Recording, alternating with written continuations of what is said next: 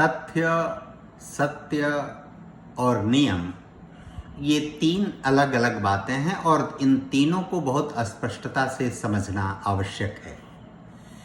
किसी भी व्यक्ति या जीव के जीवन में, उसके दैनंदिन जीवन में, एक क्षण में, एक मिनट में, एक घंटे में, घटी पल में अनेक विचार आते हैं। हजारों की संख्या में, सैकड़ों की संख्या में, लाखों करोड़ों की संख्या में उसके जीवन में विचार आते हैं। लेकिन सभी विचार मूल्यवान और महत्व के नहीं होते। कुछ का कालखंड क्षण में होता है, सेकंड के हजारवें लाखवें हिस्से तक में समाप्त हो जाता है। कुछ विचार नियम के स्तर तक पहुंचते हैं। जो हजारों करोड़ों विचार एक व्यक्ति के मस्तिष्क में उपजते हैं, उनमें से कोई कोई विचार जब व्यक्ति आइडिएट करता है, आइडिया को, विचार को प्रक्रिया के स्तर पर ले जाता है। विचार की प्रक्रिया का एक पूर्व पक्ष होता है, एक उत्तर पक्ष होता है। विचार आने पर जब उसका उत्तर पक्ष जो होता है, उसकी आरंभिक अवस्था होती है कि वह विचार कल्पना के स्तर पर जाता है। अगर उसको पूर्णता को, उच्चता को, श्रेष्ठता को प्राप्त होना हो तो वह कल्पना में जाता है।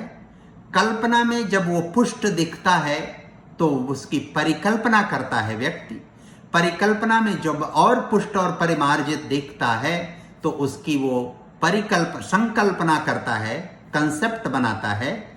हाइपोथेसिस से, इमेजिनेशन से, आइडिया इमेजिनेशन पर जाता है, इमेजिनेशन हाइपोथेसिस में आता है, हाइपोथेसिस कंसेप्ट में आता है और फिर वो कंसेप्ट, वो संकल्पना सिद्धांत में परिवर्तित होता है जब प्रक्रिया उसकी और पुष्ट और परिमार्जित होती है।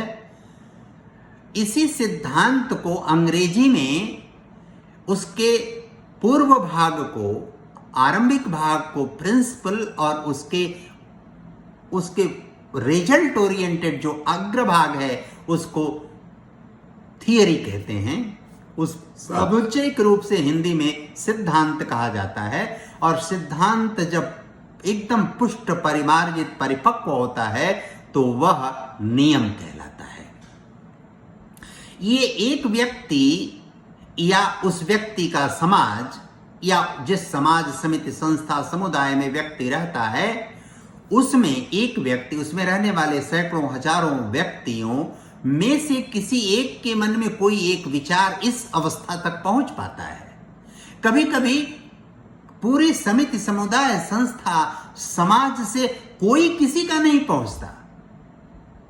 यह बहुत विरले होते हैं जिनके मस्तिष्क में उपजने वाले लाखों करोड़ों विचारों में से कोई विचार नियम तक पहुंचता है। और जब नियम तक पहुंचता है तो वो नियम, जिस व्यक्ति के मन में विचार आया, वह नियम प्रतिपादित हुआ, उस नियम का सर्जक वह व्यक्ति नहीं होता है, इसको भी ध्यान में रखना चाहिए। बल्कि वह नियम प्रकृति के असंख्य नियमों में से किसी एक नियम का रहस्योद्घाटक होता है। वो रहस्योद्घाटन करता है। यह एक प्रक्रिया है और इस नाते वह संबंधित विचार जब नियम बन जाता है तो वह अपनी पूर्णता को, उच्चता को, श्रेष्ठता को प्राप्त हो जाता है। उसी विषय पर कोई दूसरे का विचार हो सकता है कि उससे और अधिक उज्जवल, उससे अधिक सुस्पष्ट, उससे भी अधिक परिमार्जित नियम प्रतिपादित करे, उसकी व्यापकता और अधिक हो। लेकिन वह विचार अपनी पूर्णता को नियम बन जाने के बाद प्राप्त हो जाता है। एक बात और ध्यान में रखना चाहिए इस नियम के संदर्भ में, उसके पहले सत्य के संबंध में, उससे पहले तथ्य के संबंध में, कि इस सृष्टि में, इस जगत में दो ही चीज महत्वपूर्ण है, स्थान और समय। इन दोनों के साथ जब ऊर्जा, एनर्जी जुड़ती है तभी इस तरह के विचार और विचार से लेकर नियम तक की प्रक्रिया का निष्पादन होता है। बाकी इसमें और कुछ नहीं है। जो नियम है, जो सत्य है, वह सत्य रिफरेंशियल और संदर्भगत होता है। वो प्रत्येक जीव का अपना संदर्भ होता है और अपने संदर्भ के अनुसार वह सत्य नियत और निर्धारित होता है। और इसीलिए नियम भिन्न भिन्न प्रकार के होते हैं, सत्य भिन्न भिन्न प्रकार का होता है।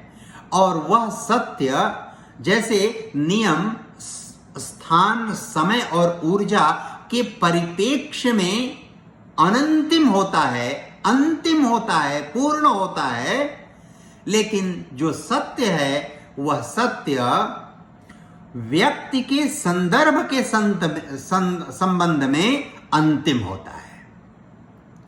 और संदर्भ, प्रसंग, व्यक्ति बदलने के साथ ही यह कोई आवश्यक नहीं कि वह सत्य सत्य रह भी सकता है, लेकिन यह कोई आवश्यक नहीं है। इस बात को हमेशा ध्यान में रखना चाहिए। उदाहरण के लिए एक व्यक्ति पूरब तरफ मुंह करके बैठा है, उसके सामने एक दूसरा व्यक्ति पश्चिम तरफ मुंह करके बैठा है, दोनों आपस में बात कर रहे हैं। ये दोनों व्यक्ति जब बहुत सकारात्मक, सुंदर, अच्छा विषय लेकर कोई चर्चा कर रहे हैं, ठीक उसी समय जो पूरब तरफ मुंह करके व्यक्ति बैठा है, उसका बायां पश्चिम तरफ मुंह करके बैठने वाले व्यक्ति का दाहिना हिस्सा होता है।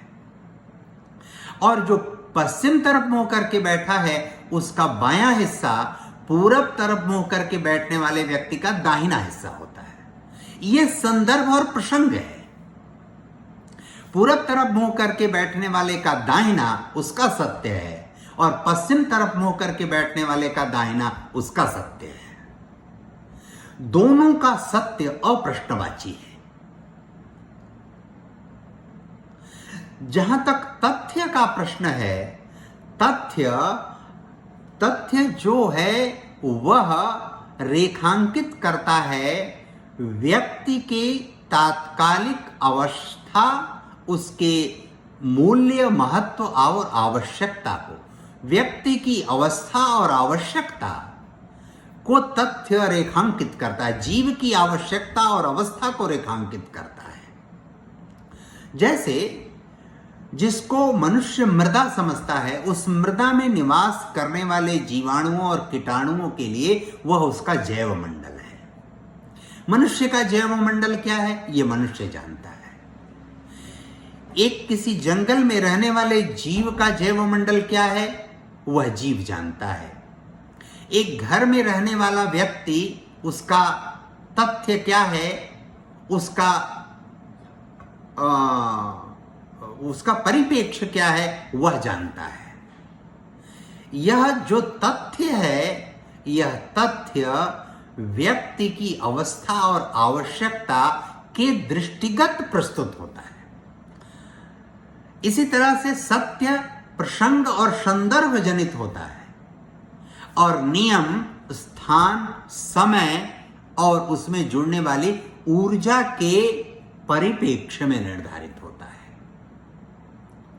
जब हम अवस्था और आवश्यकता को संदर्भ और प्रसंग से जोड़ते हैं, इन संदर्भ और प्रसंग को स्थान और समय से जोड़ते हैं और ऊर्जा से जोड़ते हैं, और ये फिर अवस्था, आवश्यकता, संदर्भ, प्रसंग, स्थान, समय और ऊर्जा, इन सबको जब हम समेकित करते हैं तो ये तीनों बातें प्रतीत होता है कि तथ्य, सत्य और नियम सब एक ही है। लेकिन एक समझने के लिए, जैसे एको हम बहुश्याम की संकल्पना है भारत में, कि अनेकता में एकता नहीं है, एक है इसलिए बहुत होता है।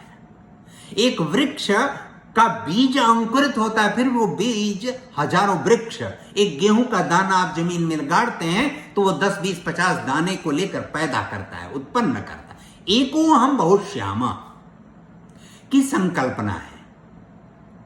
इस बात को हमको ठीक से समझना चाहिए, और इसको जब हम नहीं समझते हैं तो हम तरह तरह की दर्शन की उस अवस्था को समझना, उस बात को समझना जो विद्या परंपरा तक व्यक्ति के मस्तिष्क को ले जा पाती है, तब हम किसी चीज को ठीक से प्रस्तुत कर पाते हैं। इस विषय पर फिर कभी और चर्चा करेंगे। धन्यवाद, नमस्कार।